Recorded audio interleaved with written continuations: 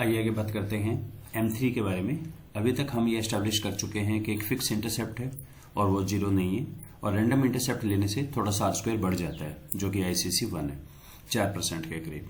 अब हम देखते हैं लीडर का इफेक्ट है या नहीं। अब ये जो लीडर लेंगे, ये हम हमेशा लेंगे जो ऊपर मैंने लिख रखा है, ग्रैंड मीन सेंटरिंग वाला, और उसका जो इंटरप्रिटेशन निकलेगा कि लीडर की एक वैल्यू बढ़ने से कोहेशन अपने ग्रैंड मीन से इतना चेंज हो जाएगा।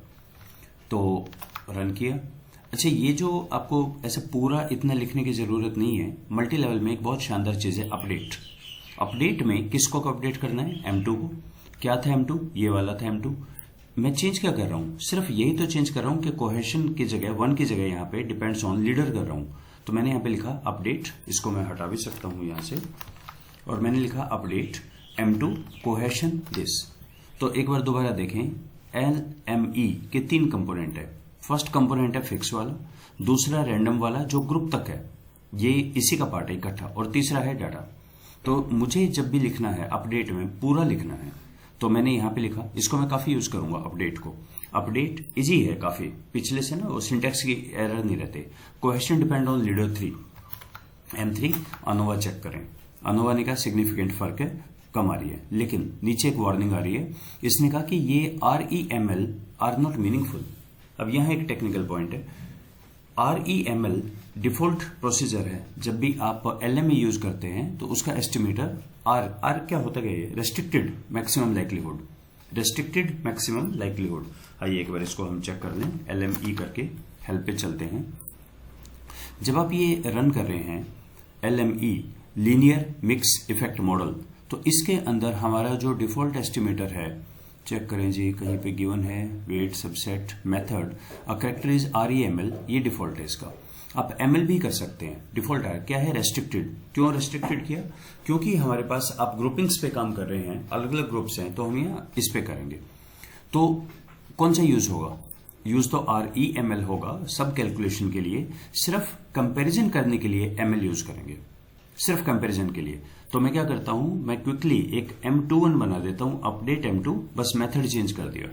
इसी तरह M3, इनका अनोवा अब ठीक है। क्या सेम है? नहीं, थोड़ा सा फर्क आता है। देखिए 700 था, 694 था, 654 से ये 643, सिग्निफिकेंट इंप्रूवमेंट है। इसका मतलब हम बोलेंगे कि हमारा जो लीडर है उसका इफेक्ट है, सिग्निफिकेंट इफेक्ट है। क्या इफेक्ट है? चेक करें M3। हम ये बोलेंगे लीडर का पॉजिटिव इफेक्ट है। लिखेंगे कैसे इसे?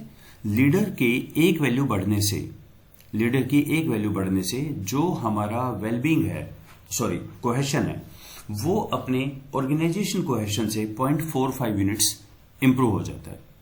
हमारी लीडर की एक वैल्यू बढ़ने से, एक वैल्यू का क्या मतलब हुआ?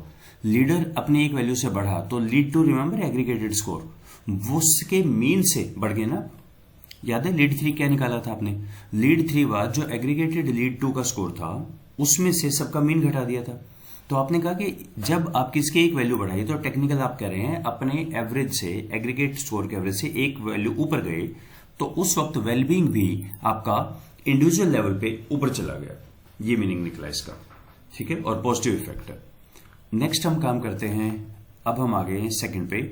उसी तरह चेक करें वेलबींग का इफेक्ट है कि नहीं, GLS। तो वेलबींग ने कहा 2.77 हमारा वेलबींग है जब कुछ भी नहीं है। गैस कर सकते हैं 2.77 क्या है? आई होप अगर आप मेरे साथ साथ चल रहे हैं शायद कनेक्ट कर पा रहे होंगे। ये जब कोई वेरिएबल नहीं होता, y जाके अपने एवरेज पे खड़ा हो जाता है। या हाँ जी बताओ, रेगुलेशन शुरू करते हैं। तो ये अपने 2.77 से शुरू होगा मीन पे। तो क्या ये 0 है? नहीं, 0 नहीं है। ओके, अगर मैं ग्रुप्स ले लूं, अगर मैं यहां पे कहूं कि मेरे पास तो कई ग्रुप्स हैं, रैंडम इंटरसेप्ट भी अगर मैं लूं, तो क्या हो जाएगा? तो हमारा काफी इंप्रूव हो जाएगा, काफी कम हो जाएगा।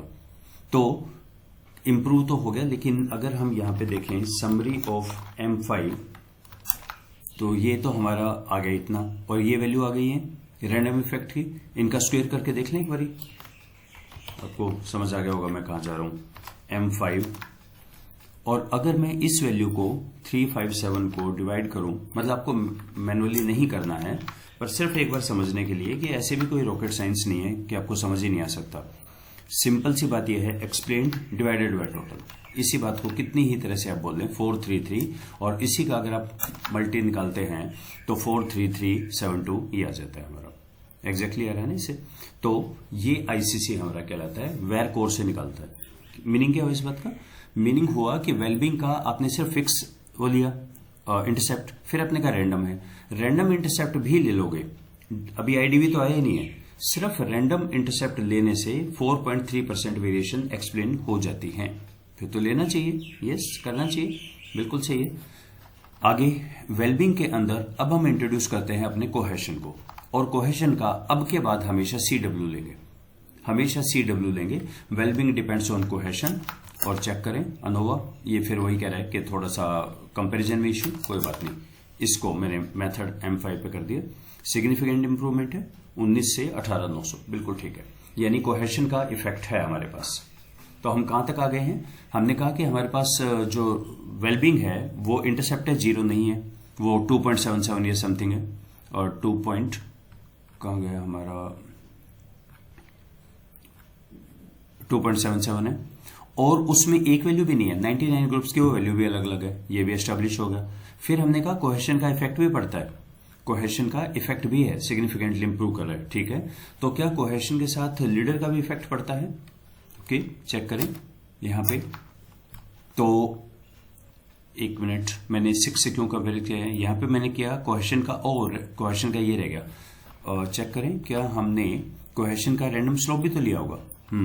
कोहेशन का पहले रैंडम स्लोप यूज करते हैं, तो रैंडम स्लोप के लिए मैंने 6 को अपडेट कर दिया, ठीक है, और 6 7 पे इसने कहा नहीं, कोई इफेक्ट नहीं है। ये एक इंटरेस्टिंग है, कोहेशन का कोई भी रैंडम स्लोप नहीं है, समझे, फिक्स स्लोप है।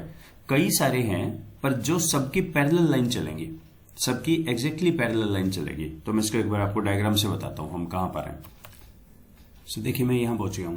मैंने सबसे पहले कहा कि एक यहां पे स्लोप है, इंटरसेप्ट है फिक्स्ड, और वो 0 नहीं है वेलबींग का। सेकंड मैंने कहा अच्छा यहां वेलबींग नहीं लिखना, यहां मुझे लिखना है cohesion underscore CW of course. फिर मैंने कहा सेकंड पे कि वेलबींग एक नहीं है, अलग अलग ग्रुप्स के अलग है, ठीक है। फिर थर्ड में मैंने कहा कोहेशन का एक इफेक्ट है, पॉजिटिव इफेक्ट है, कुछ तो है, ठीक है, 0 नहीं है, मतलब 0 होता अगर वो पैरेलल होता। नेक्स्ट मैंने कहा कि जब कोहेशन के अलग अलग ग्रुप के चेक किए वो नहीं है, इसका मतलब फिर सबका सेम ही है फिर तो अगर मैं कहूं कि अगर रैंडम होता तो कैसा होता?